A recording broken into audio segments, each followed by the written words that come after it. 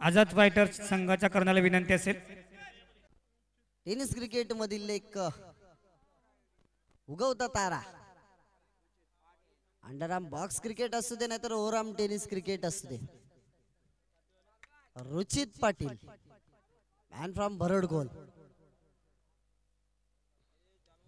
रुचित आणि अक्षय सलामीचा गोलंदाज असेल. पहिले षटक हाताळण्यासाठी आला अरबाज कालिंदकर. पहिला चेंडू रुचित साठी मोठा फटका, मात्र तेवढं सुंदर क्षेत्ररक्षण आपल्याला पाहायला मिळालं.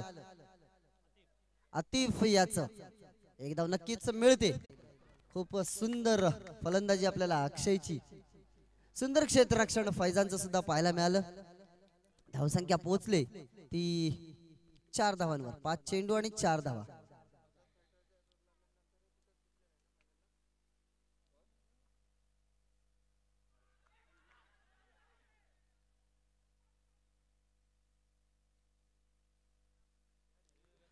Not out. पहिलं षटक संपलंय. पहिल्या षटकाच्या समाप्तीनंतर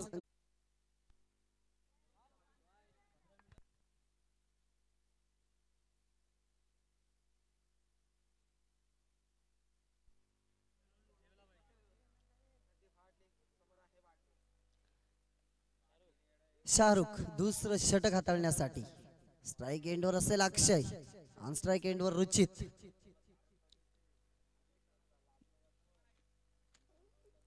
एका धावेच्या मदतीने धावफलक पोहोचले 5 धावांवर. 2 चेंडू आणि 5 धावा. तिसरा चेंडू शाहरुख याचा रुचित साठी. पुन्हा एकदा रुचितने हलक्या हाताने खेळून काढलाय आणि घोषित क्षेत्रामध्ये 1 धाव मिळते. एका धावेच्या मदतीने धावफलक 7 धावांवर.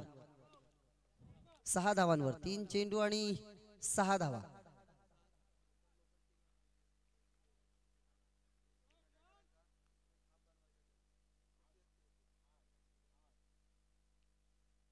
पुढचा चेंडू मनीषला समजू शकलेला नाहीये. चेंडू निर्धाव राहिलाय.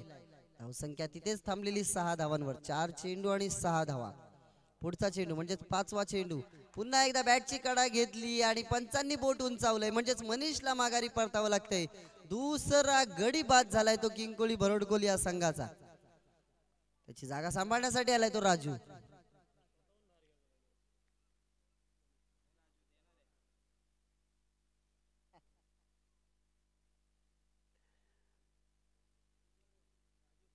राजू फलंदाजीसाठी. शेवटचा चेंडू बाकी शाहरुख याचा.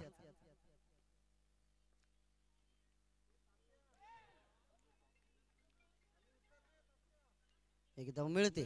एका धावेच्या मदतीने दुसरं षटक संपलंय. 2 षटकांच्या समाप्तीनंतर संघाची धावसंख्या होती ती 7 धावा.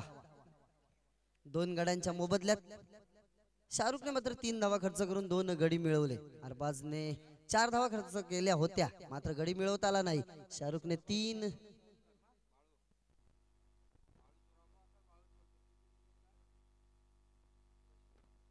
तसेच यजमान संघाला नुकताच आलेली देणगी ती म्हणजे प्रभाकर बाळू चौलकर यांच्या माध्यमातून 1111 रुपयाची देणगी आलेली आहे. यजमान संघ त्यांचा अत्यंत आभारी आहे.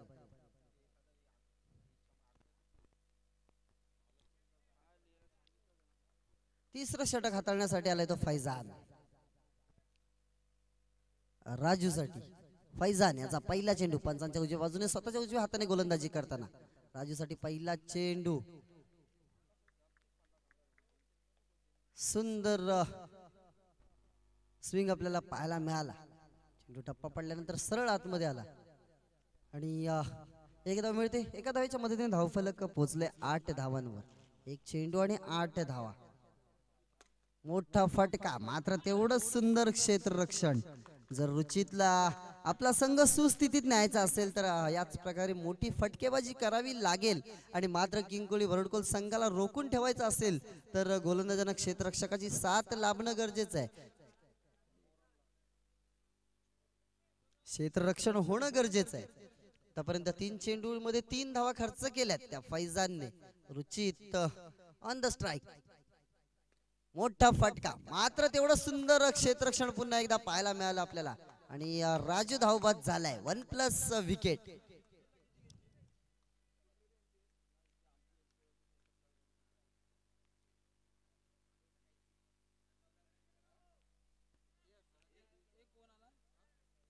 फलंदाजीसाठी आलाय तो सचिन.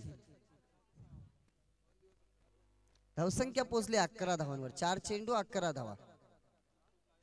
सचिन फलंदाजीसाठी मात्र स्ट्राईक एंडवर रुचित. पंचांनी स्वैर घोषित केलाय. एक अवांतर धाव मिळते. पहिली अवांतर धाव फलकावरती लागते. धावसंख्या पोहोचते ती 12 धावांवर. 4 चेंडू 12 धावा. पुन्हा एकदा बॅक टू बॅक दुसरा स्वैर पाहायला मिळाला. पुन्हा एकदा मला त्याच सामन्याची आठवण होते. फैजानने चांगली गोलंदाजी केली होती, मात्र एक वाईड टाकल्यानंतर आपल्याला फैजानच्या षटकामध्ये 21 वाईड पाहायला मिळाले. एक धाव मिळते.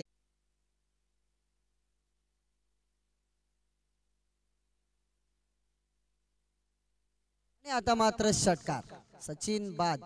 एक विनंती असेल रसिक प्रेक्षकांना, आयोजक कोण असतील तर जो लाईटचा पोल आहे त्या पोलाच्या या साईडच्या सर्व रसिक, ती छोटी मुलं आहेत त्यांना या साईडला करायचं आहे. तिथे आपली वायर ठेवली गेले. जयेंद्र सर आपण त्यांना या साईडला करायचं आहे. फक्त तिथूनच बघू दे, मात्र पोलाच्या या साईडला उभे करा.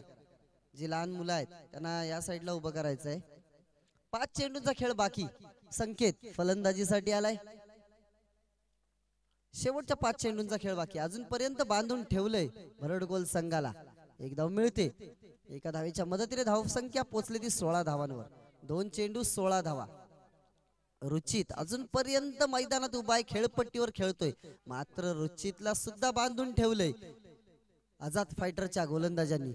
अरमान शेवटच्या 4 चेंडू मध्ये रुचित आपला करिश्मा दाखवेल का ते आपल्याला पाहायला मिळेल. आपली फलंदाजी, रुचितची फलंदाजी पाहायला मिळेल का रसिक प्रेक्षकांना येणाऱ्या 4 चेंडूंमध्ये. मोठा फटका आणि सुंदर क्षेत्ररक्षण फरदीन याचं. खरोखरच खूपच सुंदर क्षेत्ररक्षण. जर फरदीनचं क्षेत्ररक्षण आवडलं असेल तर टाळ्या झाल्या पाहिजे प्रत्येक खेळाडूसाठी ज्याने चांगलं क्षेत्ररक्षण, चांगली फलंदाजी, चांगली गोलंदाजी. कोणाच्या मदत धावसंख्या पोहोचली 22 धावांवर. हा सामना जर आझाद फायटरला जिंकायचा असेल तर 23 धावांची गरज. कंपल्सरी चेस असा स्पर्धेचा नियम. त्यामुळे आपल्याला 23 धावा या बनवाव्याच लागतील. यानंतरचा सामना असेल बीटीजीएम विरुद्ध या सामन्यातून जिंकलेला संघ.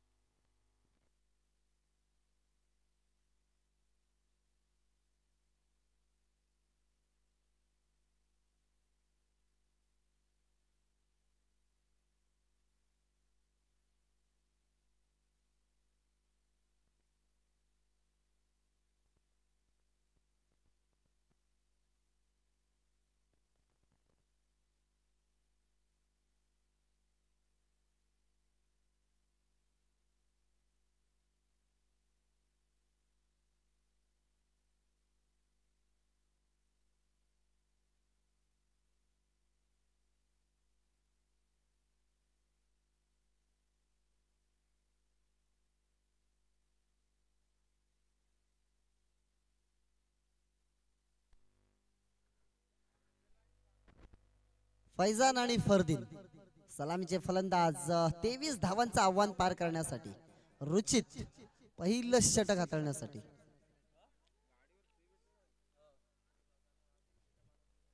रुचित पाटील पहिला चेंडू हलक्यात खेळला आणि गचाळ क्षेत्ररक्षण. तेवढं चांगलं क्षेत्ररक्षण, सुंदर बॅकअप मिळालं उमेश याचं. एक धाव नक्कीच मिळते. धावबाद सुद्धा होऊ शकला असता, मात्र एक धाव पूर्ण केली ती फैजान आणि फरदीन याने.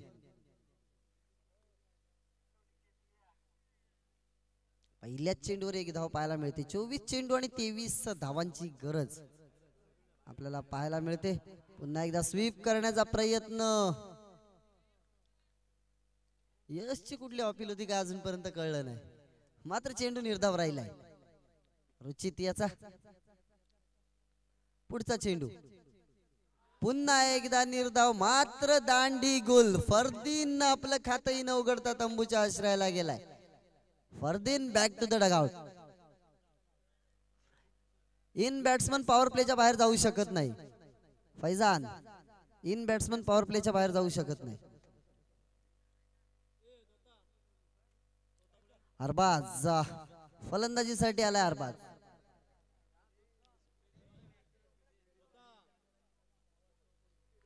तीन चेंडू आणि फक्त एक धाव धाव फलकावरती. एका गाड्याच्या मोबदल्यात फरदीन बाद झालाय. अरबाज फलंदाजीसाठी आलाय. हलक्यात खेळण्याचा प्रयत्न मात्र बॅटची कडा घेऊन गेलेला चेंडू. एक धाव मिळेल. राजूला चेंडू समजू शकलेला नाही. राजूने जर हा चेंडू अडवला असता तर हा चेंडू सुद्धा निर्धाव राहिला असता.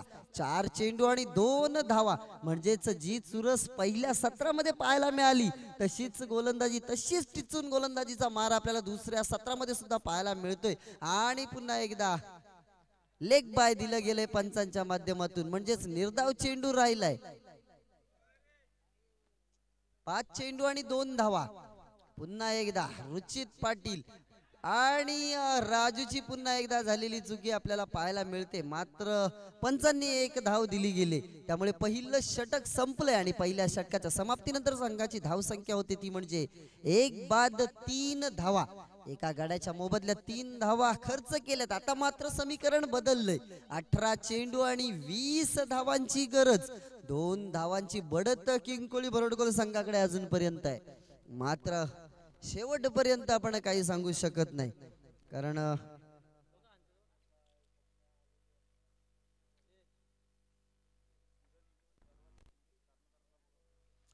तसेच किरण 11 जलवा च्या संघनायकाला विनंती करतो आपण ओमकार पालेकर यांची भेट घ्यायची.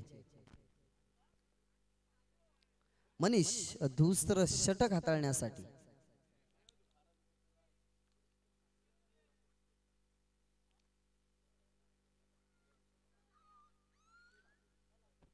मनीष पंचांच्या उजव्या बाजूने आणि स्वतःच्या उजव्या हाताने गोलंदाजी करण्यासाठी. मोठा फटका मात्र थोडस गचाळ क्षेत्ररक्षण. रमेश यांचं, अक्षय यांचं 2 धावा मिळत आहेत. या 2 धावांच्या मदतीने धावफलक पोहोचलंय ते 5 धावांवर.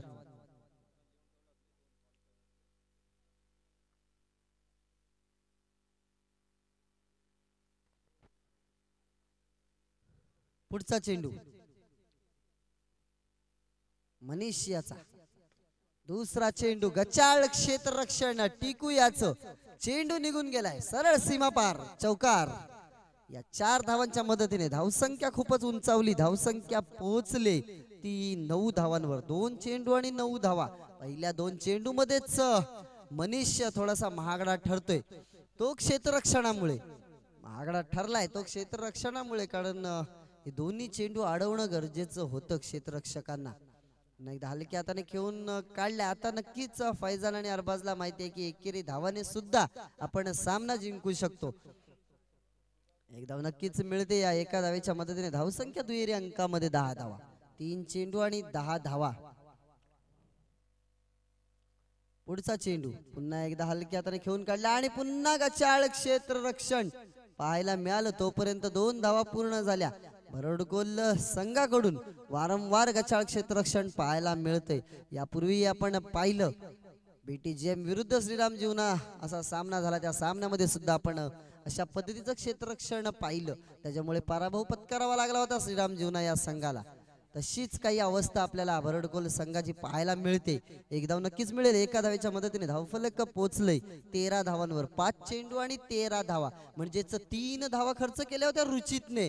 मात्र 5 चेंडू मध्ये 10 धावा खर्च केल्या त्या मनीषने. मनीष महागडा ठरतो ज्यावेळेला आपण अंडरआर्म बॉक्स क्रिकेट खेळतो. पुन्हा एकदा टिकूची चुकी. अक्षय ला सुद्धा तो चेंडू अडवू शकलेला नाही. पुन्हा एकदा चेंडू इकडे गेलाय. मात्र फैजानचं लक्ष नाहीये. दुसरं षटक संपलंय.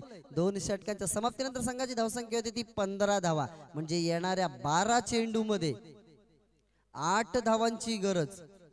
12 चेंडू आणि 8 धावा. आता मात्र चांगली कामगिरी करावी लागेल संकेत याला.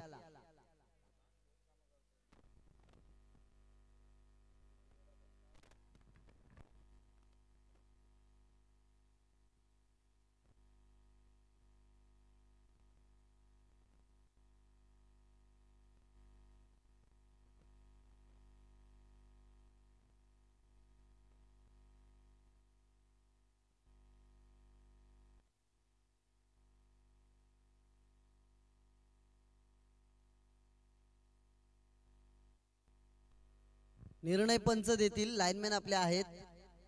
2 धावा मिळत आहेत. या 2 धावांच्या मदतीने धावफलक पोहोचलंय 17 धावांवर.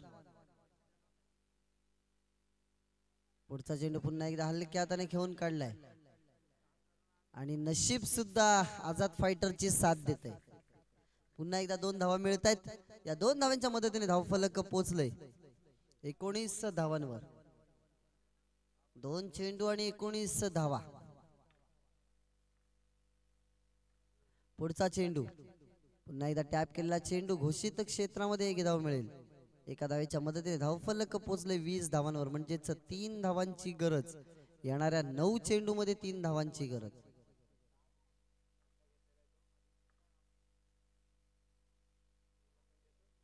पंचांनी स्वैर घोषित केलाय.